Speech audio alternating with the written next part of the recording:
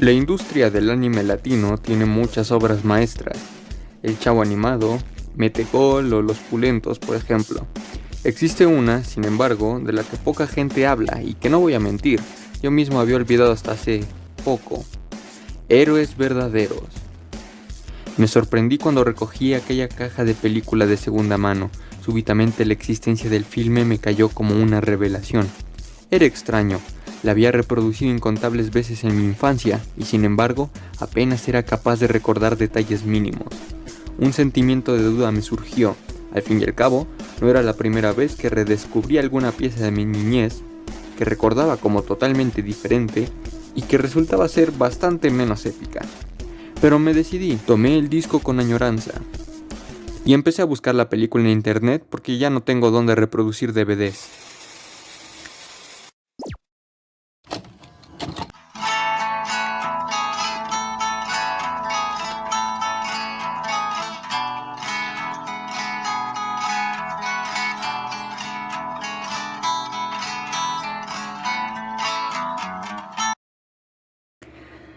La película es un recuento animado de la independencia de México, por lo que se le podría considerar como una especie de spin-off de la aclamada magnus opus del anime, Las bizarras aventuras de Bolívar el Héroe. Coronel Rondón, ¿yo? Salve usted la patria. Nuestra épica odisea nos da la bienvenida con un pequeño, pero muy pequeño resumen de la conquista narrada por la peor imitación de un español que he escuchado en mi vida.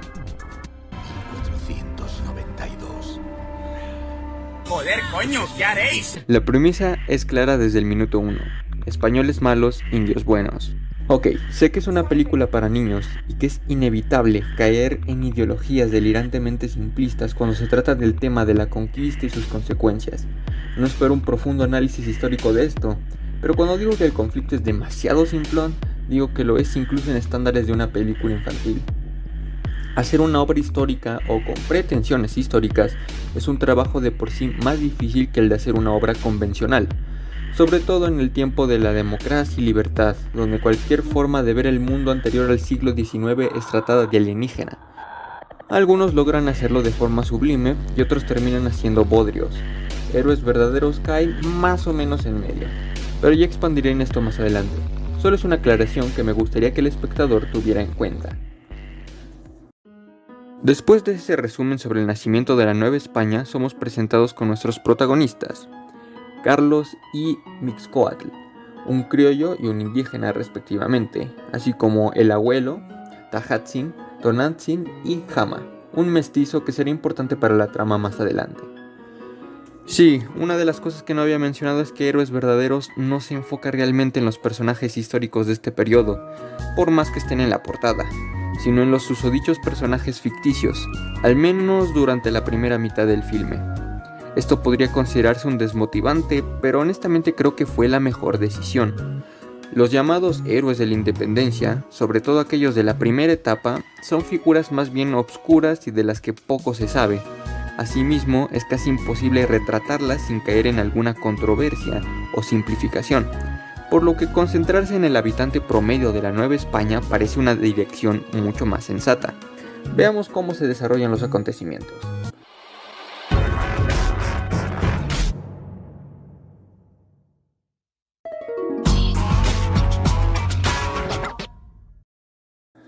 Tras un encuentro casi mortal con un jaguar, Jama abandona a Mixcoatl a su suerte y le miente a su abuelo diciéndole que este ha muerto. Mixcoatl sobrevive y llega a la casa, lo que obviamente expone a Jama. El abuelo le da un amuleto indígena muy importante por su valentía y Jama se arde. Mixcoatl va a curar sus heridas, el abuelo sermonea a Jama y este lo mata echándole al muerto a Mixcoatl. Tras una serie de acontecimientos, Mixcoatl, Carlos y Tonantzin acaban huyendo hasta Guanajuato y Jama, a pesar de su extremo odio a los españoles, acaba por alistarse en las líneas de su ejército. Será aquí cuando la trama de estos personajes cruzará caminos con el estallo del movimiento insurgente que se había estado desarrollando en segundo plano, los papus para con las tropas hidalguistas y Jama con el bando realista.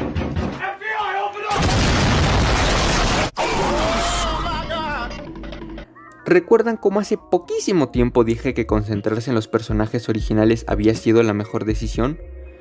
Bueno, no pretendo demostrarme hipócrita, pero aunque un acierto en papel, la verdad es que en la práctica esta idea no fue ejecutada de la mejor manera. A excepción de Carlos, que es básicamente un white chican moderno insertado en el siglo XIX, ninguno de los protagonistas posee razones de peso para participar en la insurgencia. Su encuentro con Miguel Hidalgo fue, por ejemplo, meramente casual, y ninguno de ellos jamás demostró alguna intención de independencia o algo por el estilo.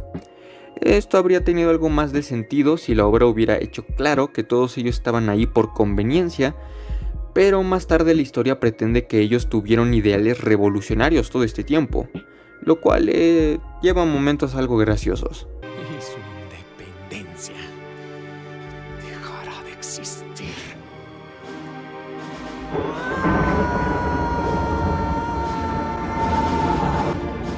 Y hablando de eso, es pertinente hablar de Hama, el cual es, en mi opinión, el mejor personaje de la película. No es el mejor villano jamás escrito y en general es muy caricaturesco, pero aquello que lo separa del resto del casting es simplemente su conflicto. El conflicto de Hama, a partir del cual degenera, es una carencia de identidad en el sistema de castas colonial, así como la falta de figura paterna. Hama es un mestizo que se siente completamente solo tanto con los indígenas como con los europeos, una criatura que crece resentida con todo y con todos, una falta de propósito y de sentido de pertenencia que lo empujan al egoísmo y la misantropía absoluta. El conflicto de Hama es el conflicto del mestizo. Es cierto que el detonante de su papel como villano es bastante pedorro y apresurado, pero la dirección que tomaron a posteriori fue muy buena. Un soldado que sube rangos no por lealtad, sino por el más puro odio. A diferencia de los protagonistas, Hama no pretende ser un heraldo de un ideal que nunca le interesó, y se hace claro que si está en las filas realistas es por simple conveniencia. Hama no es un personaje particularmente bien escrito, pero es el que tiene más sentido histórico. Hablando de sentido histórico,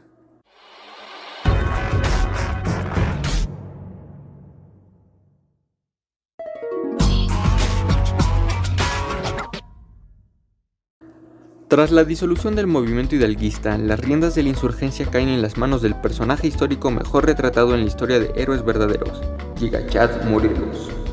Lamentablemente la obra decae a partir de este punto, no por nada, sino porque la salida del filme fue apresurada, y se nota bastante.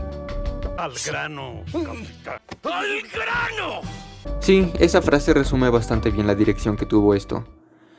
Aunque la primera parte posee un ritmo estándar, una vez que la guerra estalla, todo se vuelve extremadamente caótico. Es casi como si los creadores se hubieran visto obligados a acomodar un guión muchísimo más largo en una cantidad de tiempo estrictamente limitada, lo cual no me extrañaría. Con esto no solo me refiero a los musicales o a la falta de desarrollo de personajes, sino que incluso en las propias escenas el ritmo es extremadamente acelerado. Las pausas entre diálogos son demasiado cortas, etcétera, etcétera, que terminan por quitar algunos momentos gran parte de su peso dramático. El mejor ejemplo sería la última pelea de los Papus con Hama, aunque cualquier escena de la segunda mitad funciona. Sorprendentemente, una de las partes mejor llevadas y desarrolladas, además de Hama, es el romance de Carlos con Nancy. ¿Quién diría que un musical sobre guerra y dilemas raciales, lo mejor explorado sería un romance? La representación y precisión histórica es sorprendentemente bastante variada. La película la mayoría del tiempo busca una idealización de la rebelión insurgente y la ridiculización de los españoles, pero al mismo tiempo hay pequeños detalles históricos verídicos que no esperaría ver en una obra de su estilo. Narrativamente hablando, Héroes Verdaderos dista igualmente de ser perfecta. La película posee varios segmentos musicales que pueden resultar un poco anticlimáticos, pero que podrían ser peores. Diré que es una buena forma de ahorrar el tiempo y darle profundidad a los personajes en tan poco tiempo, porque quiero decir, al final del día están resumiendo uno de los eventos más confusos de la historia contemporánea en poco más de 1 hora y media. Visualmente, por otro lado, Héroes Verdaderos dista bastante de ser un bodrio visual como cabría de esperar. La mayoría del tiempo posee una animación agradable y fluida, aunque siempre me dio la impresión de que trata demasiado de parecerse a Disney. Por otra parte, hay cambios de calidad demasiado abruptos y errores bastante chistosos, aunque nada que destruya la inmersión por completo. Aún con todo, Héroes Verdaderos es una obra pasable y genuinamente disfrutable si no se es tan mamón como yo, y una buena forma de recordar nuestra historia con una mirada más cándida y optimista. Se nota que detrás de escenas hubo cariño y hace que una parte de mí se lamente que el proyecto haya sido tan apresurado. La película termina con una presentación de 1 frame por minuto en lo que se podría considerar una referencia a Evangelion, concluyendo así el shonen más épico del anime mexicano.